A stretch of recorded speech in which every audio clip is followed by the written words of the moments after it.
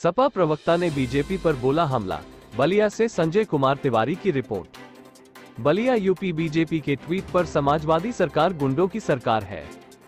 सपा के राष्ट्रीय प्रवक्ता राजीव राय ने कहा कि यह बीजेपी के गिरते हुए मानसिक स्तर का परिचायक है। राजनीति में इस तरह की भाषा, अगर वही भाषा हम इस्तेमाल करेंगे तो उनको अपने गिरेबान में झांक कर देखना चाहिए कि जो लोग सत्ता में बैठे हुए हैं, शीर्ष पर उनके ऊपर कौन कौन सी धाराएं थी, कौन कौन से केस थे। इस तरह की भाषा दिखता है कि बीजेपी के लीडरशिप के अंदर कितना फ्रस्ट्रेशन है। आदमी जब फ्रस्ट्रेट हो जाता है तो इस तरह की भाषा का इस्तेमाल करता है। वहीं बिहार के मुख्यमंत्री नीतीश कुमार के अखिलेश यादव से मिलने पर सपा प्रवक्ता राजीव राय ने कहा कि बिहार के मुख्यमंत्री नीतीश कुमार है और उसी क्रम में वार्ता चल रही है कि विपक्ष को कैसे मजबूत किया जाए, कैसे विकल्प दिया जाए और 2024 में कैसे बीजेपी को सत्ता से बाहर किया जाए। 2024 में बिहार, उत्तर प्रदेश, महाराष्ट्र, पंजाब, मध्य प्रदेश भारतीय जनता पार्टी को सत्ता से बाहर कर देगा।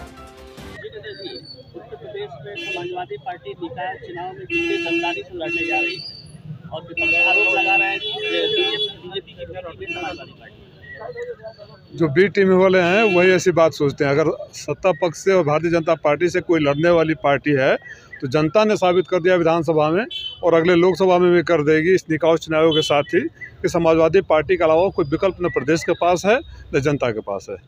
बीजेपी ने आज एक सॉन्ग रिलीज किया है, गुंडे पुकार रहे हैं अखिलेश आइए, क्या कहेंगे इस? उनके गिरते हुए मानसिक स्तर का परिचायक है। राजनीति में इस तरह की भाषा अगर वही भाषा का हम इस्तेमाल करेंगे तो उनको ये अपने गिरबान में झांक कर करना चाहिए कि जो लोग शीर्ष पर बैठे हुए सत्ता के, उनके ऊपर कौन कौन से धाराएं थी, कौन कौन से केस थे।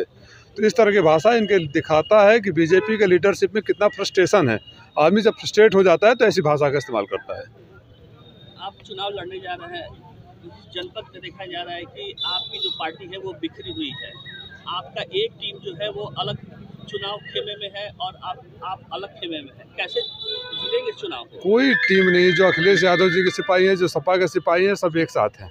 जितने टिकट के दावेदार थे वो भी आप देखें एक साथ है। दूसरी पार्टियां, माकपा भी साथ में थी, गोंडवाना भी साथ में थी, सारे टिकटार्थी भी साथ में थे। तो सपा में और समाजवादी पार्टी में क्या नाम है उनका, दो पार्टी संजय उपाध्याय जी भी चुनाव लड़ने वाले हैं, वो भी लड़ रहा है। आपके नारद राय मंत्री जी यहाँ दिखाई नहीं दे रहे, क्या कहेंगे? अरे ऐसे तो तमाम पार्टियां, भारतीय जनता पार्टी के किसी भी नामांकन में देखिए कि सारे नेता थे क्या? हर नेता की अपनी अलग जिम्मेदारी है। कोई व्यक्ति विशेष से पार्टी नहीं बनती है, पार्टी से व्यक्ति विशेष बनता है।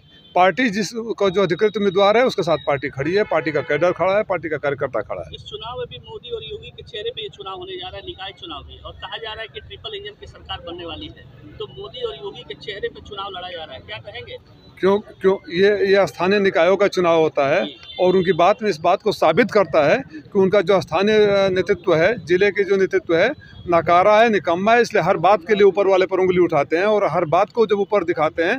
तो अभी कर्नाटक में चुनाव हो रहा है, मैं वहीं से आ रहा हूँ, वहाँ का प्रभारी भी हूँ। देखिएगा वहाँ से सफाया भारतीय जनता पार्टी का शुरू हो जाएगा। 2024 तक सत्ता से बाहर चले जाएंगे। अखिलेश यादव, बिहार के मुख्यमंत्री नीतीश यादव आज अखिलेश यादव से मिलने आ रहे हैं। 2024 के लेकर कितना असर पड़ेगा इसको लेकर? बिहार के मुख्यमंत्री नीतीश कुमार हैं और वो आ रहे हैं और उसी क्रम में वार्ता चल रही है कि विपक्ष को कैसे मजबूत किया जाए, कैसे विकल्प दिया जाए और भारतीय जनता पार्टी को कैसे सत्ता से बाहर किया जाए। कितना असर पड़ेगा 2024 में इसका? 2024 में बिहार, उत्तर प्रदेश, महाराष्ट्र, पंजाब, मध्य प्रदेश भारतीय जनता पार्टी को सत्ता से बाहर कर देगा। अतीक और अशरफ के मौत के बाद अलकायदा ने कहा है कि मैं उससे बदला लूंगा। ये भारतीय जनता पार्टी वाले कह रहा है। अलकायदा की क्या हैसियत है? अलकायदा की क्या हैसियत है अगर बदला लेंगे? जब भी कोई बात होता है तो पुलवामा हो जाता है, अलकायदा हो जाता है, हिंदू हो जाता है, मुसलमान हो जाता है, आतंकवादी हो जाता है और हम लोग उलझ जाते हैं, आप लोग उलझ जाते हैं, हम लोग उलझ जाते हैं। महंगाई पर सवाल नहीं करते, बेरोजगारी पर सवाल नहीं करते, अपराध पर नहीं करते। सतपाल मलिक ने एक बहुत बड़ा सवाल उठाया देश के लिए, पूरे समय तक चैनलों पर अतीक चलता रहा। सतपाल मलिक का सवाल बड़ा था या अतीक बड़ा था? आप लोग फैसला करिए, आप मीडिया के साथी हैं।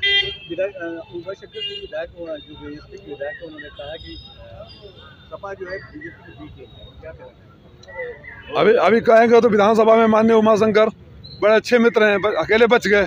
लोकसभा में वो भी सफाया हो जाएगा, जनता जवाब दे देगी। बीएसपी विधायक का ये कहना है कि शाइस्ता परवीन को लेकर के सरकार ने या पुलिस ने कोई ऐसा साक्ष्य नहीं दिए हैं जिससे पार्टी से निकाला जा सके। जो अपराधी माना तो अभी भी पार्टी में है और हमारे सहानुभूति के साथ है अभी तक। तो ये बीएसपी के नेतृत्व से पूछिए, मुझे अब मेरी पार्टी के बारे में सर पूछिए। एक चीज जानना चाहेंगे, राहुल गांधी की जो सदस्यता गई, उनके जो घर हैं वो खाली करा दिए गए। अभी भी बीजेपी में बहुत ऐसे बड़े नेता हैं जो आज किसी भी सदन के कोई सदस्य नहीं है। मुरली मनोहर जोशी है, आडवाणी जी, ऐसे तमाम ऐसे नेता हैं जिनकी सदन के किसी भी सदन के वो सदस्य नहीं है। आज भी उनके आवाज जो है वो खाली नहीं कराया गया, क्या कहेंगे? इसीलिए उसके विरोध में अभी कर्नाटक में चुनाव हो रहा है, राहुल गांधी वहीं हैं। मैं कांग्रेस का तो प्रवक्ता नहीं हूँ, लेकिन मुझे यकीन है कि कांग्रेस को, भारतीय जनता पार्टी को कर्नाटक से सत्ता से खाली करा देंगे। और आप खाली बीजेपी नेताओं का नाम ले रहे थे, गुलाम नबी आज़ाद किस पार्टी में है? 2 साल से हो गए। तो ये जो समझ लेते हैं कि सत्ता में आने के बाद हमारी बपौती है या तानाशाही चलेगी, इसका जवाब लोकतंत्र में जनता देती है। और सब कुछ जनता देख रही है, सब कुछ जनता देख रही है। ये जितनी भी गलतियाँ कर रहे हैं, चाहे उनकी सदस्यता ख़त्म कराने की बात रही हो, चाहे 24 घंटे के अंदर नोटिस देने की बात रही हो, फिर 48 घंटे के अंदर मकान खाली कराने की बात रही हो, ये इनकी हताशा, निराशा और फ्रस्ट्रेशन में हो रहा है। कोई भी विपक्ष की पार्टी हो, लोकतंत्र में एक स्वीकार्यता होती है जो बिना कहीं लिखी नहीं जाती, सारी पार्टियां मानती है। उस स्तर से बहुत नीचे भारतीय जनता पार्टी की ये राजनीति चली गई है। तो क्या आप मानते हैं कि जो अलकायदा की चिट्ठी आया है वो बीजेपी का प्रोपेगेंडा है? वो ऐसा किस तरह का कोई चिट्ठी नहीं मिला? मैं उस पर कोई कमेंट नहीं करना चाहता हूं। मैं ये कह रहा हूं कि उत्तर प्रदेश की सरकार जब उसके अपराधी कहे या कोर्ट से पुलिस कस्टडी में दिए हुए लोगों की सुरक्षा नहीं कर पा रही है, तो अगर लेटर सही है तो प्रदेश को चिंता करनी चाहिए कि ये सरकार राजनीति में कहां से कहां प्रदेश की सुरक्षा को खड़ा करती है। चेयरमैन साहब,